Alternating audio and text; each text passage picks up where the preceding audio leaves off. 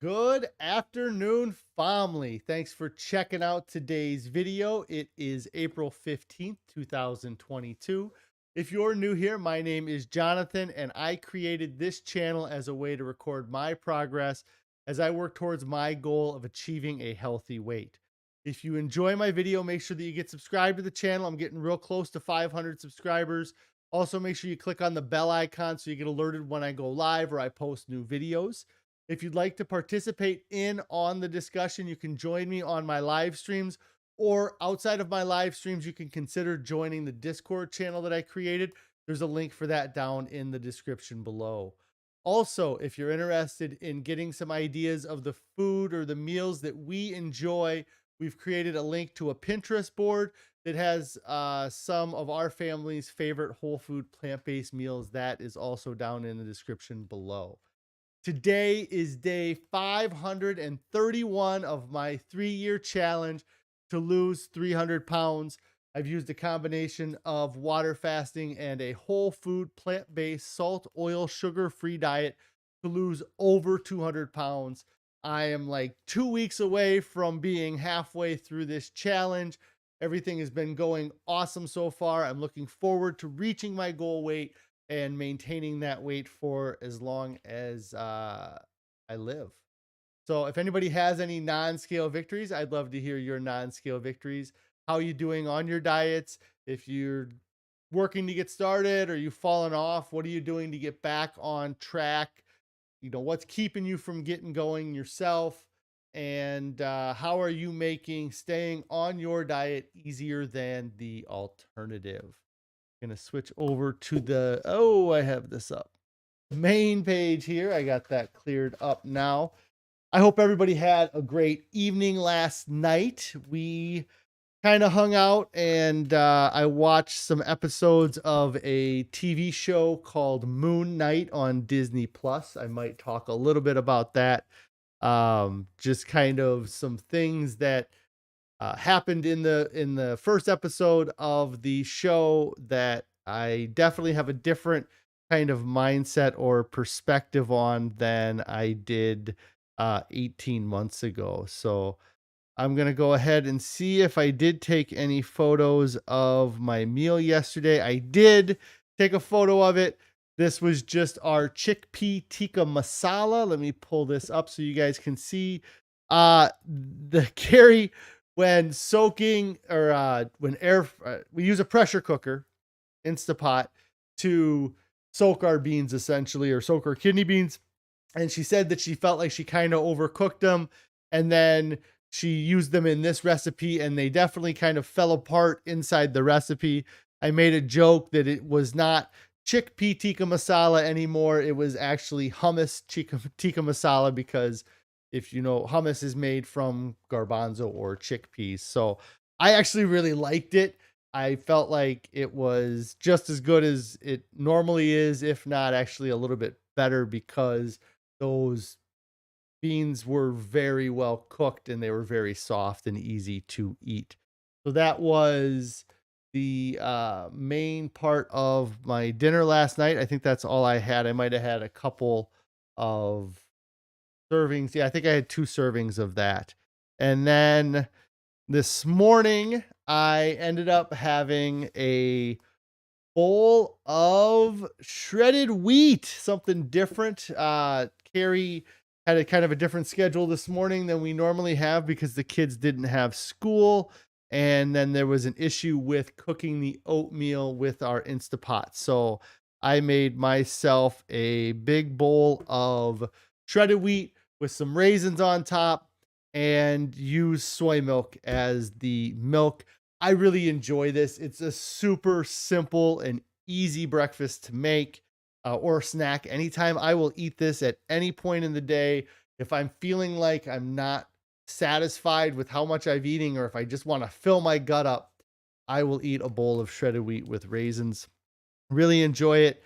I also, not photoed here, did have some Ezekiel bread with the nut butter and then some mandarin oranges last night and this morning, or the halo, the small tiny oranges that are pretty easy to peel and eat. I had a few of those as well. And then, of course, I had to grab myself a handful of, or 2 or 3 of cashews, but haven't cut them out yet. And we'll see how this weigh-in goes and determine on whether or not I'm going to have to totally cut out the cashews to keep my sanity, I suppose, while trying to lose weight on the diet.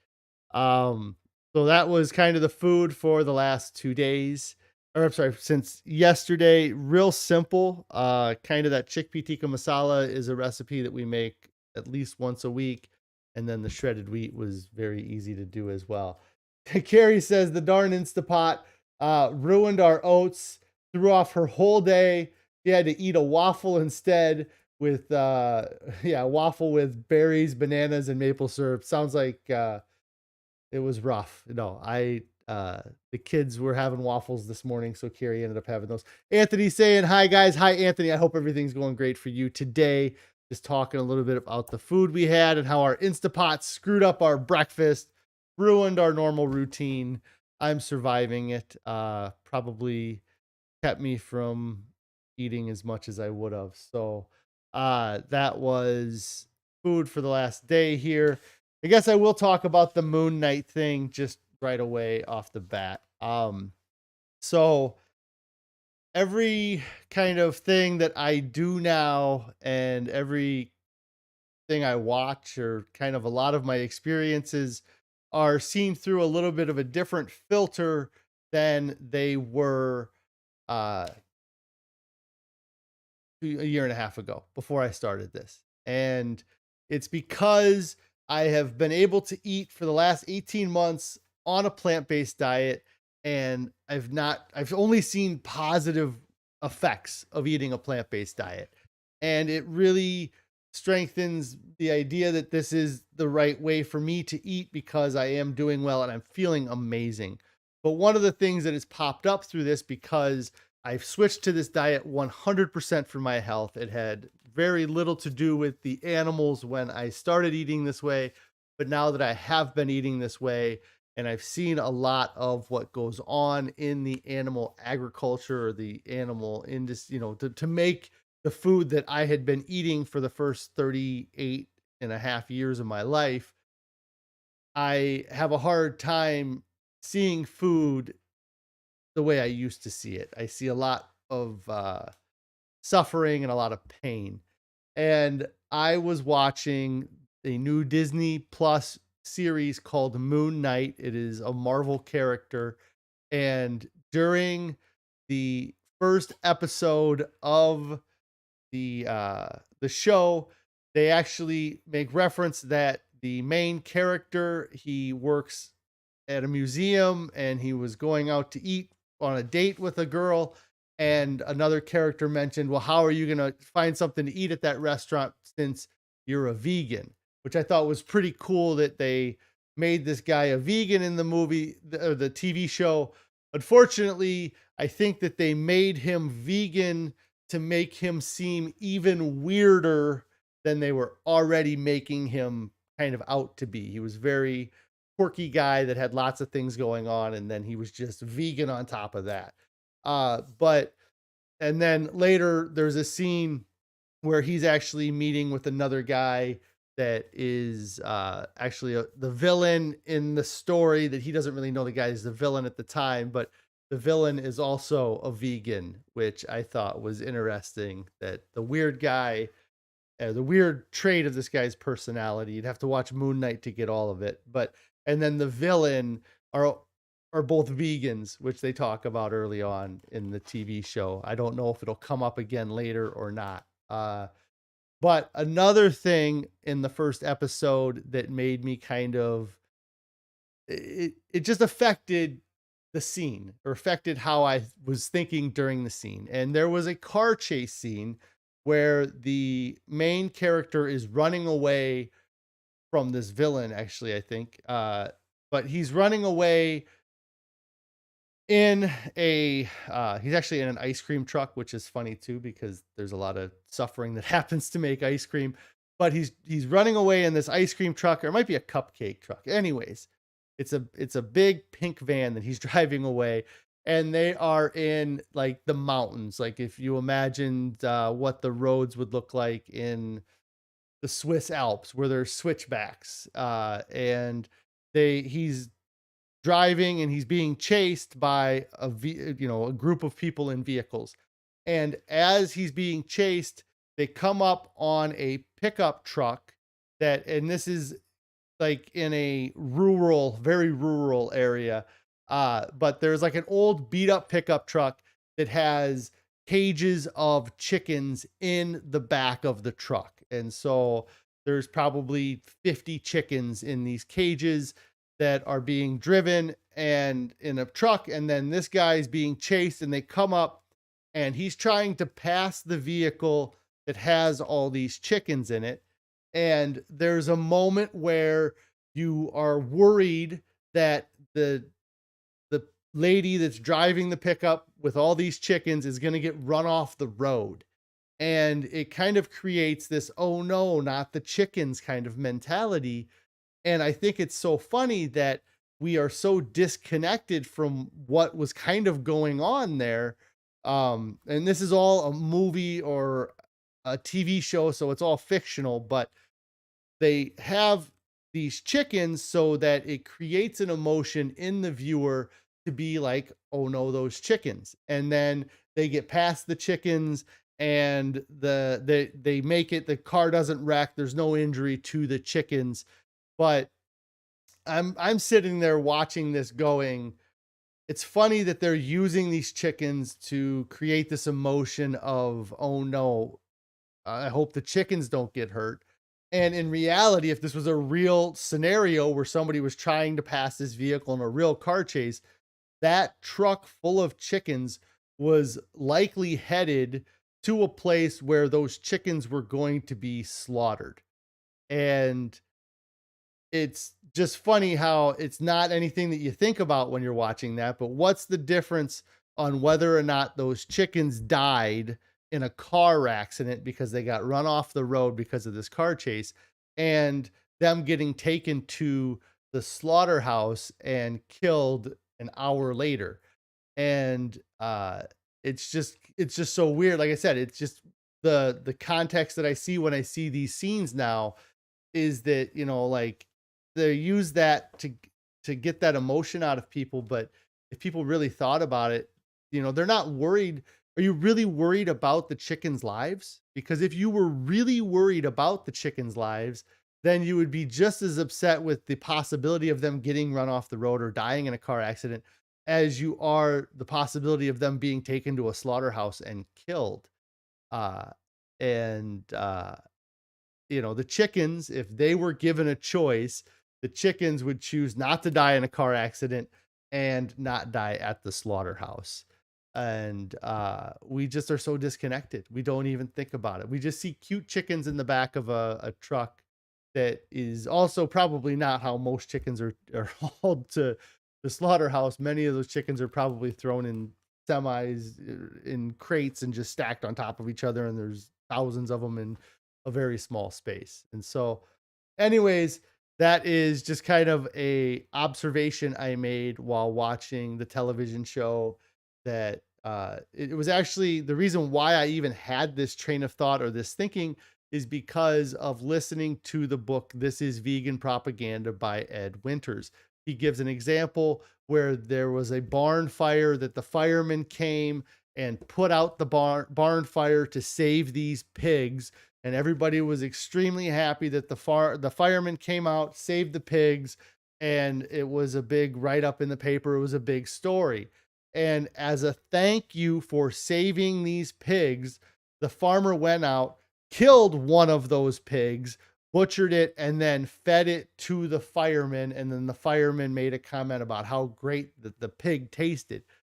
And it's like, you don't see the hypocrisy there. If the firemen would have just let those pigs die in the barn fire, everybody would have been up in arms about why didn't those firemen do their job? Why did they let those pigs die? But a fast forward a month later, or even later that day, who knows how long it was later, but they just killed those pigs anyways. So were you upset about the actual loss of life, or were you upset that somebody wasn't going to get to profit from that animal's life anymore because of an accident or a barn fire? And so that kind of part of that book made me look at that scene differently while watching it. And but I did think it was neat that they did have kind of mentioned of veganism in the show itself. Again, unfortunately, I think that they were trying to show that he was vegan uh, as a negative character trait or something that made him even more weird than he already was. Um, and so that was kind of what I did last night, was watch that show and find reasons to criticize it because of my veganism.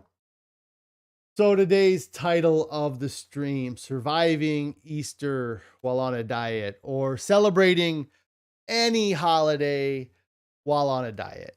And it is such a mental kind of wrestling match, or a mental kind of struggle that so many people go through.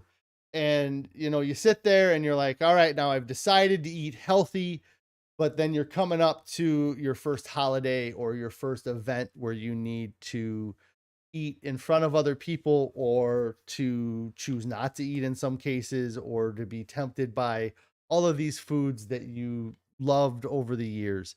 And so going in, you have to kind of make a plan of how you're going to handle this. And there's a lot of different things you can do. And what you do kind of changes based on where you're at throughout your weight loss kind of progress. And so when you're new to a diet, and then you have something like a holiday like Easter come up, or Christmas or 4th of July, or any number of different things, birthday parties, weddings, graduation parties, everything that we find reasons to celebrate, and we use food to add to that celebration. It's really tough to go into that situation, and it's even tougher because you go through that mental battle before you get to that event of how you're going to handle all of these situations and how people are going to react to how you're eating. And then you actually go there and you have to live through the reality of it. I think many times what you think it's going to be like in your head before you actually go to the event is really ends up being worse than what reality is. Most of the time, I think we feel like people are judging us constantly, or they're looking at us, or they're really, they're concerned about what we're doing. And for the most part, people don't care. If you don't bring up what you're doing, or that you are avoiding eating, many people won't notice. I've gone to many family functions where I didn't eat, I just stayed away from the food, or I got food for my kids. And so then people kind of assumed that that food might have been for me, but it was actually food that I was just getting prepared or ready for my kids. But when you're new to your diet, the first thing you have to do is internally you have to be very confident that what you're doing is right, and that your health is your number one priority. And when you do end up having conversations or getting in positions where people are asking you about your diet or what you're doing, you really need to try to avoid any conflict with it, especially like I said, when you're new, because it's tough to sit there and have a great defense to every argument when you're just starting out on your own. You're just starting out yourself, and you don't have all of the rebuttals figured out, or all of the things you're going to say figured out. So you need to try to avoid getting into that conflict. But if you do get pushed or pressured into having to have conversations or having to defend the way you're eating, there are some strategies you can implement. One of my favorite ones comes from the book The Pleasure Trap, and they call it, I can't remember the exact name, but it's the seems to strategy. And so what that does is it allows you to answer these questions, but you're not projecting confidence or projecting knowledge about the subject to the person that is pressuring you or pushing you to do something you may not want to do. So if somebody has a meal, or they say, hey, you should try some of this dessert that I made, you could say, hey, I'm on a diet and it seems to be working good for me now. Or they're like, why are you doing that? And you can be like, well, it seems to be helping me lose weight, or it seems to be helping me reduce my inflammation or the pain that I've been having, or the chronic pain I have had in my legs or my knees. But you give them the you give them the uh you don't give them anything to argue against, because you're not projecting that confidence towards them, the confidence you should have in yourself that you can survive and you can handle any situation, and that you you will be better at the end of it if you actually get through it and don't cheat on your diet.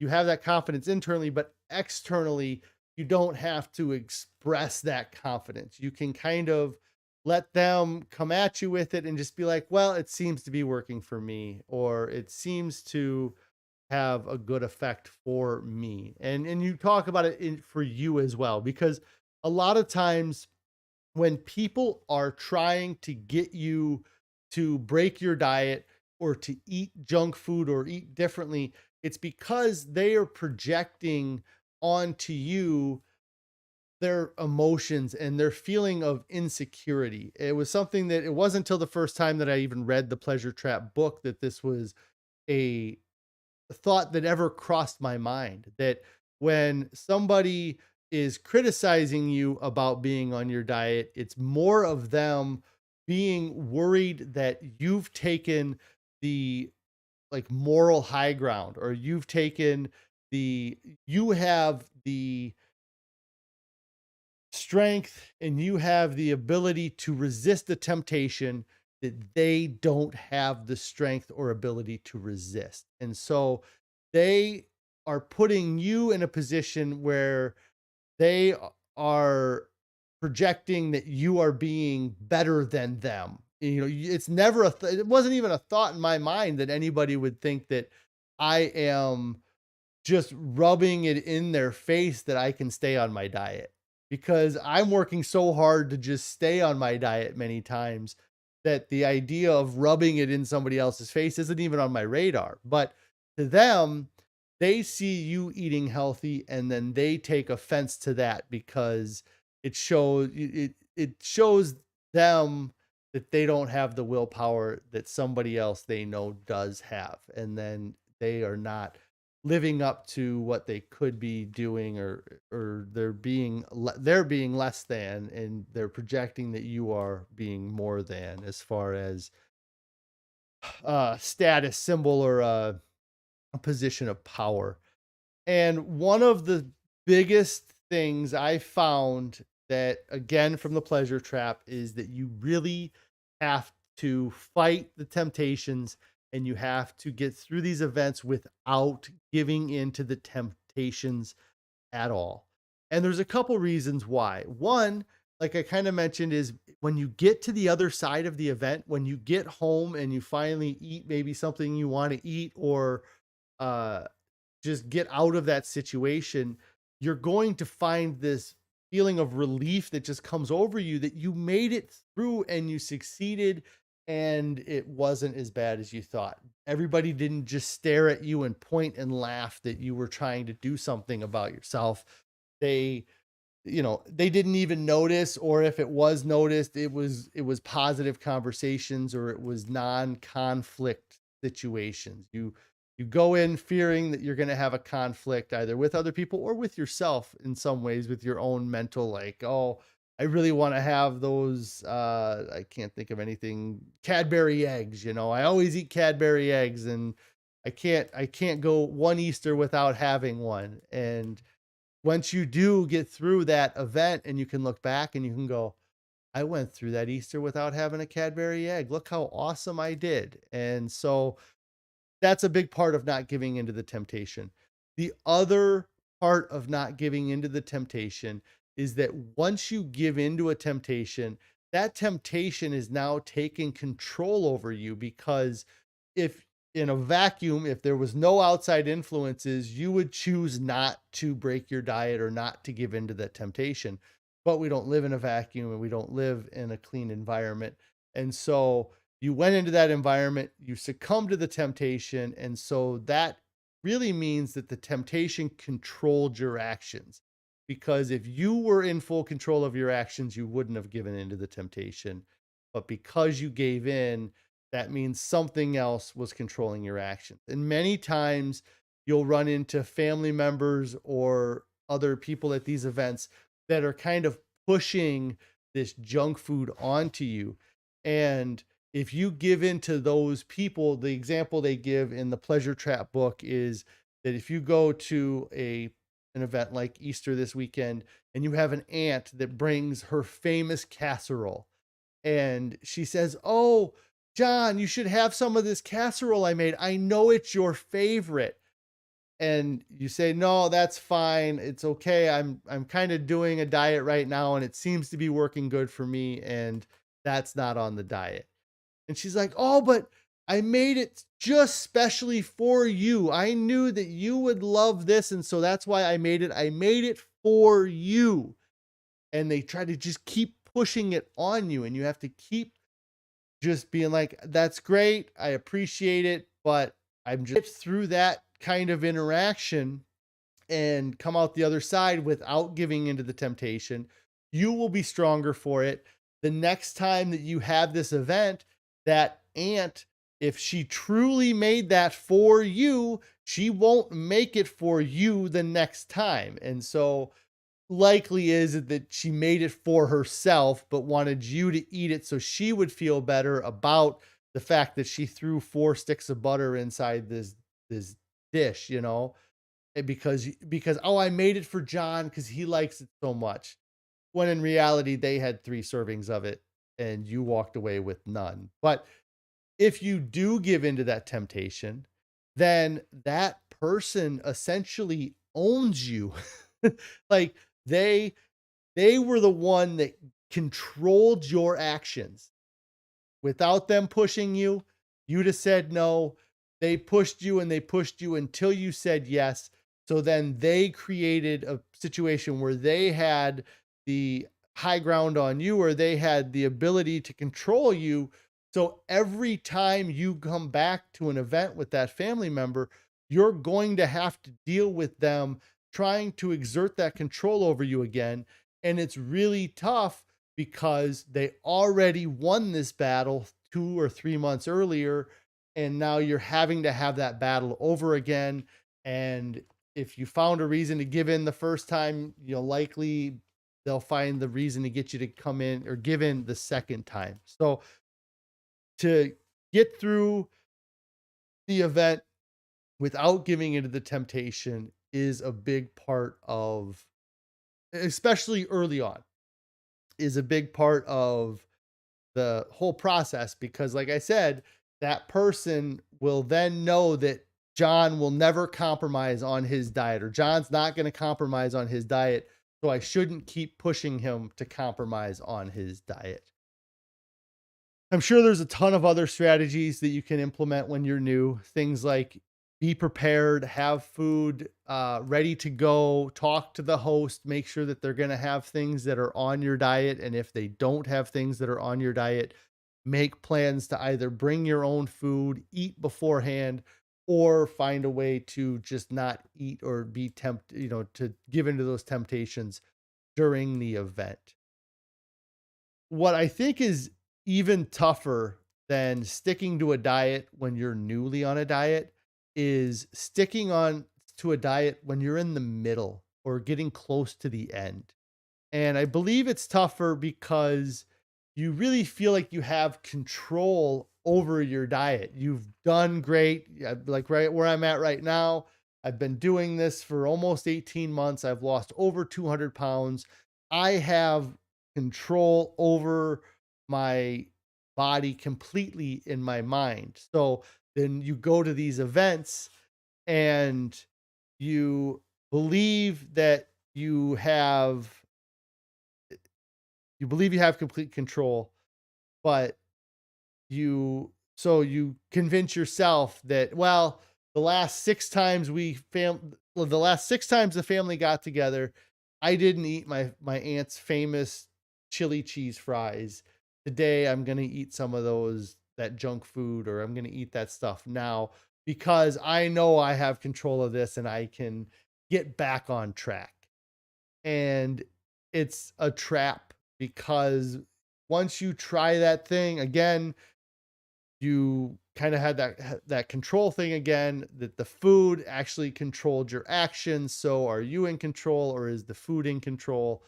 And uh it can be tough. But for me, what I think that some of the things that you can do to really stay on diet is to realize that if you're succeeding and you're doing well, I know that if I go to a family function and family members see me now, they're going to go, wow, John lost a ton of weight since he was at his heaviest. That is awesome. I wonder what he's doing.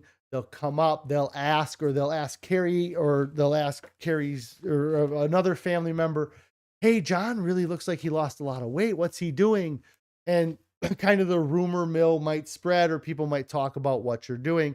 And I feel like in those situations, you need to be a good example for the other people in your life that you think might benefit from eating the way you eat. If you have family that you want to motivate, don't give them the idea that you sit around and you eat junk food, or you can have junk food. I know it's really tough to fight the temptation of having a cheat day, or just, you know what, it's just a celebration. It's just Easter, and go ahead and eat that junk food. But there's people watching you and seeing what you're doing, and they may try to mimic that, or they may say, well, I heard that John was eating a plant-based diet, and he was eating only, a whole food plant-based diet, and doing really good, and he looks like he's lost 200 pounds. But then we get to the event, and I'm sitting there and I'm pounding jelly beans or Skittles, or eating the I can't think of any other food that's ever made it a public event that's vegan, but um which is awful.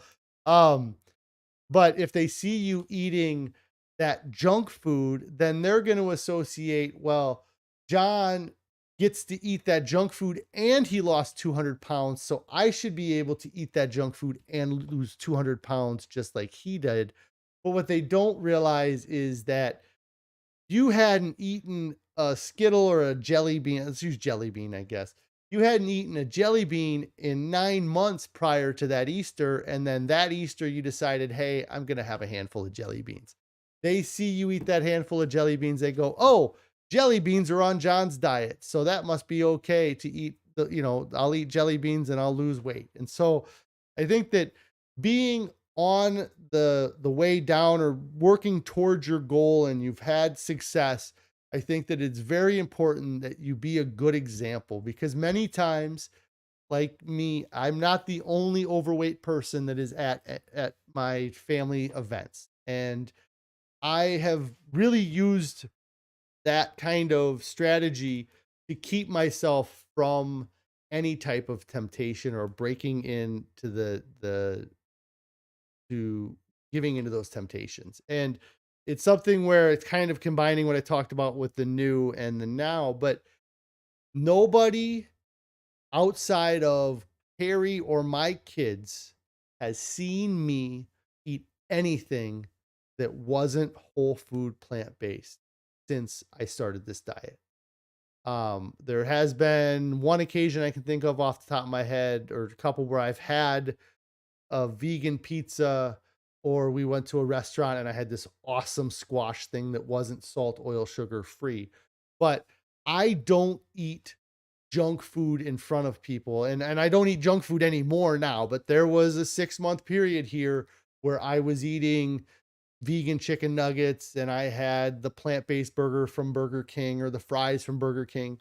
And I only ate those things in front of Carrie and the kids. I never have eaten something that I would say is a junk food in front of any of my siblings or my parents since starting this diet, because I want them to see that I'm succeeding without having those things in my life. And it's something that it's from watching other YouTubers and them talking about cheat days. And there was one specific one where this guy went to an event that he hadn't been able to go to for a couple of years because there's been not events happening. And he had talked about how it was great how everybody was praising him for all the weight he had lost, and it was cool. And then but in the same conversation he's talking about how he did awful at the event, and he was eating pizza and he was eating all this junk food. And so he had a room full of people that he could have set a great example for, and he missed that opportunity to set a great example for those people. And so for me, where I'm at with my weight loss, I want people to see what I'm doing. And the only thing that's succeeding for me is when I'm not eating junk food. That 6-month period there after I got injured, where I was eating stuff that had sugar or a bunch of oil in it, I wasn't losing weight during that time period. And so they saw that I lost weight in the first 9 months. I lost 200 pounds, but they didn't see the struggle I was having for that 6 months to get anywhere, because I was allowing this junk food to be in my diet, uh, kind of privately. Um, and then the other thing to stick with it when you've been doing it for a long time is to remember the dedication that you had to get you to that point. I didn't just show up and have lost 200 pounds. I had to be vigilant with my diet. I had to stick to my diet, and I had to be focused on my diet to get to where I was or where I'm at now. And if I don't remember the dedication that I had that got me here, then I might slip up and I might allow the other crap to come in. And then the other kind of period of time, I guess, would be when you're at the end of your diet and you've reached your goal weight. I think that there's a lot of things that you can take from what I just said with, being a good example, remembering the dedication that got you there. But I don't feel like I can give a whole lot of advice at that stage because I haven't got there yet. So I would just say that if you've been able to get to your goal, that you should again be a good example for people. Remember what got you to that goal, and remember how much better you feel now than you did when you started.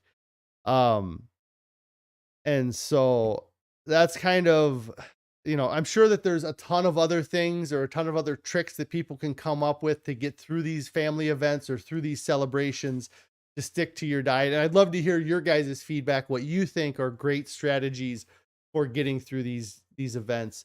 And Chef AJ talks about it a lot in her book, The Secret to Ultimate Weight Loss. She has a whole chapter dedicated to eating outside the house and going to these events. And some of the things might seem, um, you might, I mean, some of them are pretty simple things, and you just, you worry, like if somebody else is hosting an event, you don't want to call up and be like, hey, I want you to serve my needs, because you don't want to be a burden to anybody, especially if they are inviting you over to their house. But you do have to approach them and be like, hey, I'd love to come over. What are the food options going to be? Is there anything I can bring? Or sometimes people might be very accommodating and be like, oh, I didn't know you were on these, you were eating this way anymore. I can easily make you this meal and just not put the butter in yours or not add the cheese to your portion of this meal, and they will be more accommodating than you expect them to be. Um, and there's lots of tricks. So I'd love to hear your guys' advice or what you guys use for tricks to get through those events. And again, it's just be confident that you can survive. You don't have to have any of that junk food. I've gone a long time now here that I've been eating what I would say is a very clean diet, and I am doing great. And trying to find ways to get joy in your life outside of the diet. I think that we rely a lot on food to be our joy. Carrie said that both our kids have birthday parties that they're going to tonight, and we just sent them with their own food so they're not tempted to eat what is served. And I think a lot of times the kids that don't get what our kids get are kind of get a little bit of jealousy too, because they're just getting the same thing everybody else is getting, but then our kids are getting maybe something that's special or might look a little bit nicer. Um and but yeah, we just had to be upfront with the parents and be like, hey, our kids don't eat animal products. It's very easy. We just say that they're vegan, I guess. Um and Carrie says you could do that with the holidays too. It's just bring your own food. Just have your own food there. And that was something that we struggled through this. I just talked about this in yesterday's stream about how we had a family thing uh, right after Thanksgiving last year, that there was pizza, and we had some options for the kids, but they were not as appealing as the pizza. And so, it was something where it was difficult, but uh, the option was there for them. You don't want it to be uh, either eat the junk food or go without. It's, eat the junk food or eat the healthy food or the healthier food. A lot of what our kids eat at these parties is not, well, I would not consider it health food, but they're young and they can handle the extra calories, I suppose, to a point. Oh, the last thing I was going to talk about, I went a lot longer here on that topic than I expected, but I uh I was gonna kind of vent a little bit about Easter and how I didn't realize that when looking at Easter from the view of like vegan eyes, how just awful the holiday ends up being. Um and it's tough to stay on a diet in Easter and have the jelly beans and have the peeps and the all the different candies around. But there's so much of the Easter tradition that is exploitive to animals. And the biggest one is the eggs. I mean, me and Carrie had a conversation 2 weeks ago where I kind of was, I don't know, something came up about Easter, and I just kind of had this kind of epiphany at one moment where I was like, wait, we shouldn't be coloring eggs, especially if we're not going to eat them. We shouldn't buy and color eggs. And just how it's just part of Easter is you go, you buy a dozen eggs, you get some vinegar and some food coloring or those little tablets you drop in the vinegar, and you dye eggs. And from a health standpoint, eggs are not good for you. I don't know that anybody is sitting there toting huge benefits from eggs. I'm sure that there are some nutrients people are saying you need from eggs, but nobody's running around saying that you should be eating an all egg diet. Um, and but then from the vegan animal welfare standpoint, it's pretty awful that people take these eggs and they dress them up and make them look pretty and put them on display. And a lot of times my kids would be making these eggs, and a couple of them would eat boiled eggs, but other ones, they wouldn't have any interest in eating that decorated egg. They just wanted to do the art project. And so we did buy some option that might be less. I'm not exactly sure what we got, but we are not going to have any eggs in our house. We'll have the plastic eggs that we can put candy in, or we'll have fake eggs that we're able to decorate. And then um I didn't realize that, and they talk about it a lot in the This Is Vegan propaganda, but a popular meal for Easter is lamb, and they end up having to really kind of screw with the lambs to get them to weight by Easter. I'm not exactly sure how it works, but um and Carrie says there are plastic eggs that you can still dye. Walmart does them for like $1.44 a dozen. Yes. And so if you can find something like that, that would be the way to go with the eggs. But and I don't have all of the stats or all of the stuff he talks about with the lambs, but it seems really awful, the things that they do. I think that they have to do a different insemination process with lambs. I'm not 100% sure, but I don't think that they can, like with a cow, they can uh, artificially inseminate a cow by putting their hand in the cow's anus and then holding its cervix and then putting a wand inside of its vagina and shooting bull sperm into its vagina. And so they do that to impregnate a lot of cows. It's safer for the cows and it causes less harm. But I believe with the lambs, that might be more difficult. And so they end up having to uh, put the animal in a position where it can't get away from a ram and and gets impregnated that way.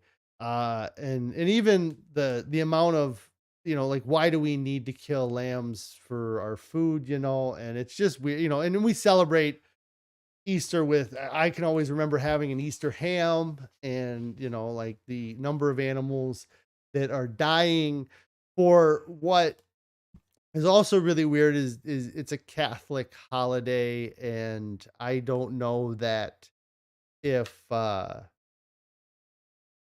just, it seems weird to celebrate a holiday, a religious holiday with so much death, like um, or really or suffering too, because the chickens that lay those eggs are not living in a good environment. They're laying hundreds of more eggs than they're designed to lay naturally in a year, and it depletes all their nutrients, and it's really awful for the animals. So if you can celebrate this Easter without harming any animals, I think that that is amazing, and that it is something that should be applauded, because it's such a holiday revolved around suffering, and it's supposed to be about resurrection and about uh lots of other things that it doesn't seem to be about. So anyways, I went on today. I hope you guys all have a great Easter weekend. I I I'm fortunate that we're not going to end up having a big family thing this Easter. And I was a little bit nervous about it anyways, because it has been getting tougher for me to sit through these events with my mouth closed, because I feel like I've seen just incredible health benefits with this way of eating. And I feel like a lot of people could see those same benefits if they were to eat even 95% of the way that I eat. And eating animal products is a big part of that. And it's tough to sit there and watch. So I'm going to get out of here today, guys. I appreciate all of your support. I hope you have a great weekend. I hope you get through the holiday. You're able to avoid the temptation, and you can come back on Monday and say, John, I did it. I made it. I didn't have any problems. I was able to get through the weekend. It was easier than I thought, and I feel amazing because I did. And if you haven't started your diet yet, get started right now. You can start today, even with the holiday this weekend. You can start today. You can figure it out. You shouldn't wait. I know it's easy to say Monday is right around the corner. I'm going to go out. I'm going to go all out and just get it all out of my system this weekend and start Monday. How many times have you done that already? I did it thousands of times. Monday is my starting day, has been a thought that I have had many, many times over the past 20 years. So don't hesitate to get started. Get started right now. Nobody gets to the end. and wishes they would have waited. Nobody looks back and says, man, I'm so happy I got to have that last Cadbury egg before I quit eating that junk food the rest of my life. Nobody ever says that. Everybody who gets to their goal looks back and says, man, I wish I would have started sooner. If only I'd have known then what I know now, I wouldn't have waited. And don't fall for the two myths of moderation: the myth of moderate change, the idea that you can have a little bit of something. I'm sorry, the idea that you can slowly convert to a better diet is just, it doesn't work in practice in the long run. So many people are right now in the process of switching to their diet slowly. They're going to moderately change. And how many of those people fail before they actually get to a complete conversion to their new diet? If you just make the change once, you don't have to argue with yourself. Rosemary, a lady that follows me, she talked about, Neil Barnard talks about putting up a fence. And if you have these foods that are addictive to you, you just put them on the other side of the fence and then they're never accessible for you. You should do that with your diet. You should put everything on the other side of the fence so that you never have to worry about them being a temptation, because they're just not foods that you're able to eat. Pretend like they're poison and leave them be. And then the myth of moderate consumption, the idea that anything in moderation is okay. You know what? I've been on my diet for the last 6 weeks. I've been doing great. I can have just a handful of jelly beans. It's okay. And that one thing of jelly beans leads to, hey, I had a thing of jelly beans last week and it didn't hurt me. I might as well have another handful of jelly beans this weekend. And then 2 weeks later, you're like, I survived through the jelly beans. It might be okay if I have if I go to Burger King and get an order of their fries, it's not going to hurt me. I was able to survive that. And then it turns into just this slippery slope until, you never, you're just constantly fighting yourself. And, the idea that you can eat smaller portions, that, as long just eating less of something bad is okay, it's gonna catch up with you. You can only do it for so long before your body says, no more. We need a full belly of food. We're sick of fighting you. You're eating, a half a plate of food every day and we're never satisfied. So don't fall for the myths. You guys all have a great weekend. I will be back on Monday.